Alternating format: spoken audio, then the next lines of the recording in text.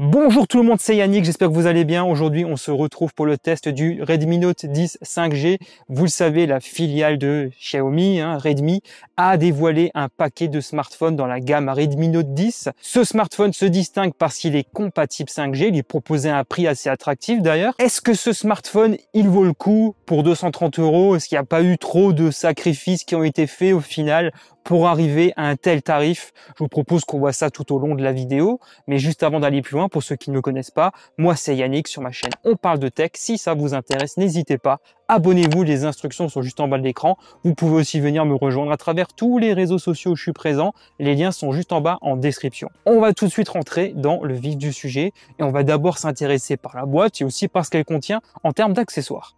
Déjà, cette boîte, elle ne nous révèle pas grand-chose sur le smartphone, en dehors de quelques caractéristiques bien sûr et du design de celui-ci. Donc on passe rapidement à la suite et on regarde ce qu'il y a à l'intérieur. Nous avons un câble USB-A vers USB-C, un chargeur rapide, l'outil d'éjection SIM, un étui de protection en silicone, des notices, et voilà, on a fini de faire le tour. Bref, c'est un petit peu comme d'habitude, je n'ai rien à ajouter à cela. Parlons maintenant rapidement du design de ce smartphone, je vais aussi en profiter pour évoquer quelques éléments de sa fiche technique. C'est parti. Commençons par l'écran LCD de 6,5 pouces. Celui-ci abrite un capteur selfie centré sur la partie supérieure. Un petit menton est aussi visible en bas. La tranche droite abrite les touches du volume et le bouton Power qui sert aussi de capteur d'empreinte. Il se montre réactif à l'usage. Un emplacement dual nano SIM est présent sur la tranche gauche. La mémoire est ici extensible via micro SD. La tranche inférieure nous révèle la présence d'un port USB-C et d'une grille de haut-parleurs. La tranche supérieure embarque un port jack et un récepteur infrarouge. Le dos du smartphone nous montre un module photo équipé de 3 capteurs, sauf que je vous en parlerai plus tard. La marque et la mention 5G sont inscrites sur la partie inférieure de la coque. Le cadre et le dos sont en plastique. Parlons un petit peu des différentes variantes disponibles autour de ce smartphone. Il est disponible en 2 variantes avec 4 Go de RAM LPDDR4X et 64 Go de mémoire de stockage UFS 2.2. Il existe donc aussi en 128 Go. Le smartphone est propulsé par le SoC MediaTek Dimensity 700. Il bénéficie aussi de 5000 mAh de batterie. Bref, on va s'attarder un peu sur les autres caractéristiques de ce smartphone tout au long de la vidéo bien sûr. Et on va tout de suite s'intéresser à son écran de 6,5 pouces. C'est un écran LCD qui affiche 2400 par 1080 pixels. Il profite aussi d'un taux de rafraîchissement qui va aller jusqu'à 90 Hz. C'est adaptatif en fait. Alors certains seront peut-être déçus qu'il n'y ait pas d'écran AMOLED ici, contrairement au Redmi Note 10 Pro et 10S, mais cela reste un écran assez agréable à utiliser tout de même. J'imagine que pour garder un prix contenu, Xiaomi n'a pas pu faire autrement que proposer du LCD sur cet appareil. Les couleurs sont fidèles et l'on pourra bien sûr personnaliser la colorimétrie selon ses propres goûts comme d'habitude. Sinon, pour visionner du contenu, ça reste plus que correct selon moi. Juste un point, la luminosité peut se montrer un peu limite en plein soleil. Bon, après, pour un mois de mai, dans mon secteur, c'est pas comme si c'était un temps pourri, en fait. Ouais, ça c'est le cas de le dire. Je poursuis maintenant en vous parlant de l'interface Android MIUI 12, ici, qui est donc basée sur Android 11. J'en ai déjà beaucoup parlé ces derniers temps sur ma chaîne. Je vais donc faire court. C'est une expérience Android au top avec un grand nombre de personnalisations, des fonds d'écran animés, etc., etc. Un mode sombre que j'apprécie tout particulièrement. Il y a aussi des fenêtres flottantes, j'en avais déjà aussi beaucoup parlé, que l'on peut donc afficher au-dessus d'autres applications. J'apprécie aussi beaucoup les animations au sein du système d'exploitation qui participent aussi à une bonne expérience. Bref, je ne vais pas m'étendre plus longuement sur le sujet. Comme j'ai dit avant, je me suis déjà beaucoup penché sur le cas d'MIUI lorsque j'ai fait des tests de produits Xiaomi. Il n'y a d'ailleurs pas si longtemps. Côté performance, avec ce que j'ai dit avant, vous en doutez, ce ne sera pas un smartphone particulièrement véloce. Ça, vous vous en doutez, mais on pourra quand même profiter d'une assez bonne expérience. Je vais vous en parler. Il sera tout de même possible de jouer à des hits 3D dans des conditions plutôt acceptables. J'ai passé un bon moment à jouer avec ce smartphone. Non, vraiment, c'était cool.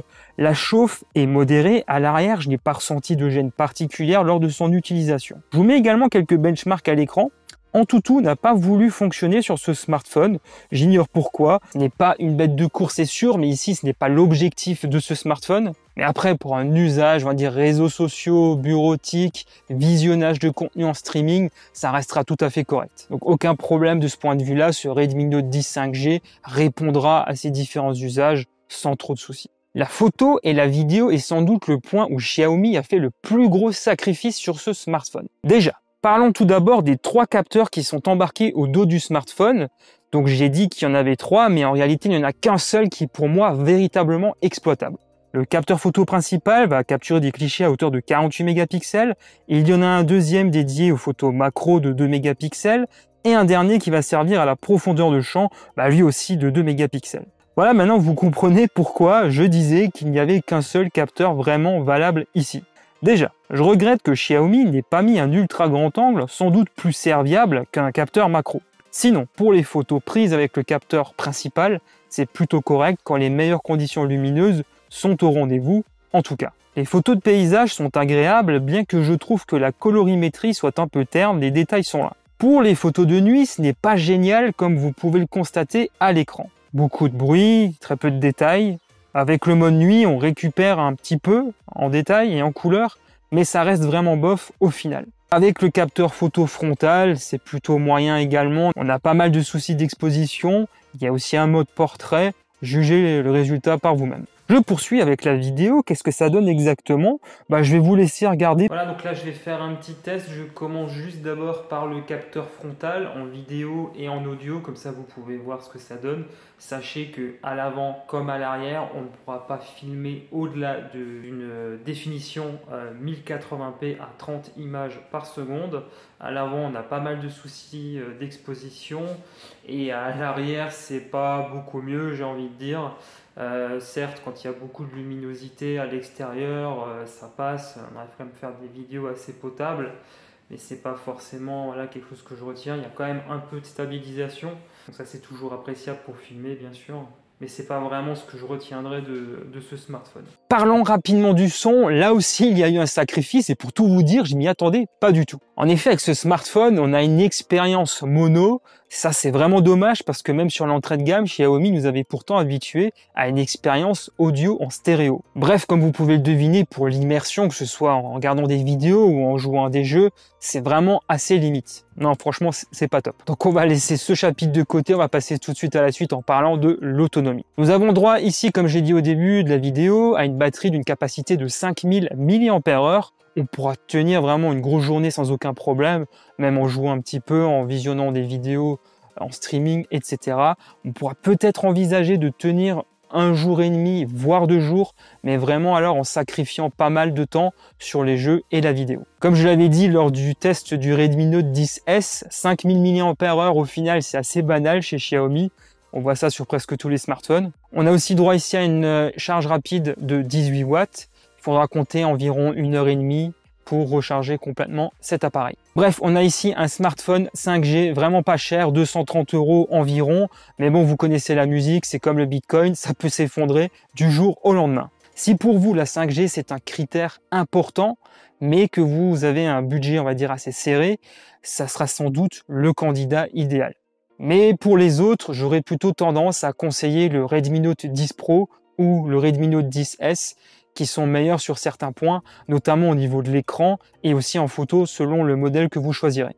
D'ailleurs, vous qui venez de regarder cette vidéo, dites-moi ce que vous pensez de ce Redmi Note 10 5G en commentaire. Est-ce que pour vous, la 5G justifie-t-elle les concessions qui ont été faites sur ce smartphone? Voilà, on arrive à présent à la fin de cette vidéo. J'espère beaucoup qu'elle vous a plu. Si c'est le cas, merci comme d'habitude de me soutenir. C'est très important en lâchant un gros pouce en l'air et en vous abonnant à ma chaîne YouTube, voyons si ce n'est pas encore fait.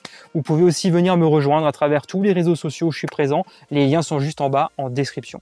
Pour ma part, je vous retrouve très bientôt pour de nouvelles vidéos. D'ici là, prenez soin de vous, portez-vous bien. Ciao tout le monde.